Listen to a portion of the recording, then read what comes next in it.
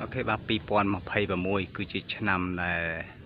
បាទចន្ទទីជួបបញ្ហាច្រើនមែនតើបាទបន្តបដាក់គ្នាដូចខ្យងអញ្ចឹងបាទអស់ពីបញ្ហាមួយ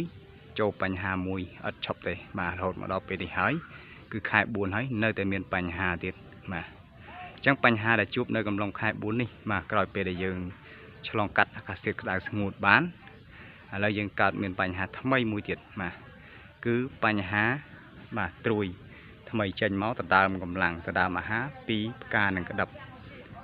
បាទអញ្ចឹងយើងមើលបាទដោយសារតែត្រួយមេវាផ្ដល់ផលរួចហើយអស់ផ្លែទៅគឺវាចាប់ផ្ដើមចេញត្រួយថ្មីមកនៅនឹងបាទអញ្ចឹងជាកត្តាដែលធ្វើឲ្យត្រួយនេះវាដដើមអាហារពីផ្កានិងក្តឹបបាទធ្វើឲ្យផ្កានិងក្តឹបហ្នឹងខ្វះអាហារឈានទៅដល់បាទ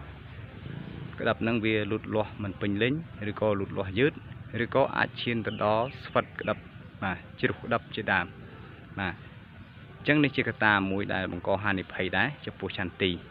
អញ្ចឹងទេគឺយើងត្រូវតែមានការគ្រប់គ្រងឲ្យបានទាន់ពេលវេលាបាទអញ្ចឹងដើម្បីគ្រប់គ្រងបាទផ្កានិងក្តឹបដែលចេញមកនេះឲ្យវាបានកាន់មិនជួបបញ្ហាស្វិតជ្រុះគឺយើងត្រូវតែធ្វើយ៉ាងណាគឺគ្រប់គ្រងស្លឹកកុំឲ្យវារីកមាឌបន្តទៀតបាទអញ្ចឹងស្លឹកដែលវាចេញមកនេះគឺយើងធ្វើយ៉ាងណាគឺកុំឲ្យវារីកធំបន្តទៀតបាទតែកាលណារីកធំបន្តទៀតនេះយើងមើល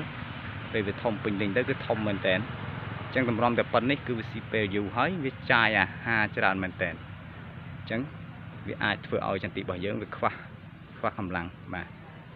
អញ្ចឹងវាអាចធ្វើឲ្យផ្កានិងក្តឹបនឹងខ្វះកម្លាំងទៅវាអាចមានបញ្ហាអញ្ចឹងគឺយើងធ្វើយ៉ាងណាគឺឲ្យត្រួយនេះគឺវាឈប់លូតលាស់ឈប់រីកមាឌបាទហើយវាឆាប់ចាស់បាទពេលដែលវាចាស់ទៅគឺវាឈប់ទៅដើមកម្លាំងហើយវាទៅជាស្លឹកដែលមានប្រយោជន៍វាអាចផលិតអាហារបាទចិញ្ចឹមដងដើមដូចជាចិញ្ចឹមផ្កាក្តឹបផងដែរបាទអញ្ចឹងសម្រាប់វិធីធ្វើឲ្យស្លឹកឬក៏ត្រួយថ្មីដែលវាចេញមកនឹងឆាប់ចាស់គឺយើងត្រូវតែប្រើប្រាស់នៅសារធាតុចិញ្ចឹមមួយចំនួនដែលវាមានសមត្ថភាពធ្វើឲ្យស្លឹកនឹងឆាប់ចាស់បាទដែលមានដូចជាប៉ូតាស្យូមបាទផូស្វរ៉ាបាទហើយម៉ាញ៉េស្យូមជាដើមហើយយើងអាចបូកបន្ថែមជាមួយនឹងពពួករ៉ែពពួកបន្តបន្សំគឺមានដូចជាសង្កសីដែកទង់ដែងម៉ង់កណេសជាដើមយើងបូកបន្ថែមទៅគឺជួយឲ្យស្លឹកហ្នឹងវាបាទចាស់លឿនចាស់មុនអាយុហើយវាបាទមានសមត្ថភាពផលិតអាហារបានហើយវាអត់រីកមាឌទេតែយើងប្រើនឹងទៅបានមួយជើងពីរជើងទៅគឺវាឈប់រីកមាឌហើយបាទហើយវាចាស់ពេញលេញបាទអញ្ចឹងហើយបន្ថែមពីលើរូបមន្តនេះបាទយើងអាចបន្ថែមដោយសារតែអាកាសធាតុនៅកំឡុងខែ4នេះគឺវាមានភ្លៀងកក់ខែបាទហើយវារៀងអាប់អ៊ូមិនសូវមានភ្លឺថ្ងៃល្អទេអញ្ចឹងគឺយើងអាចបន្ថែមជាមួយនឹងពពួកថ្នាំជំងឺក៏ដូចជាថ្នាំសត្វល្អិតផងដែរបាទ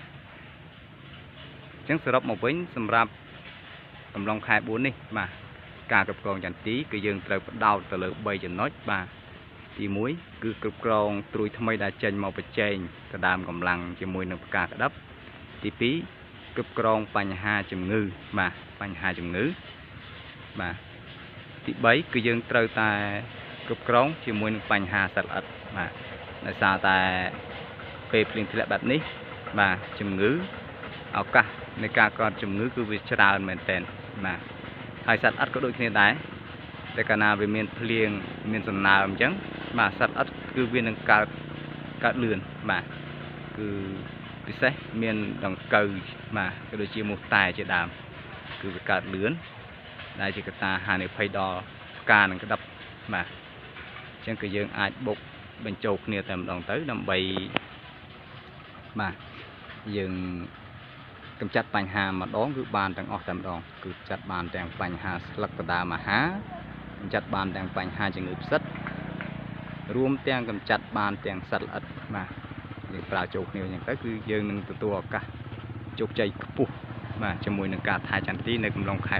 4បាទ เคចឹងក៏អរគុណច្រើនសម្រាប់វីដេអូនេះបើសិនជាបងប្អូនមានចម្ងល់អាចជជែកសួរបន្ថែមបានតាមរយៈលេខទូរស័ព្ទបាទអរគុណដែលតាមដានទស្សនាវីដេអូនេះពីដើមរហូតដល់ចប់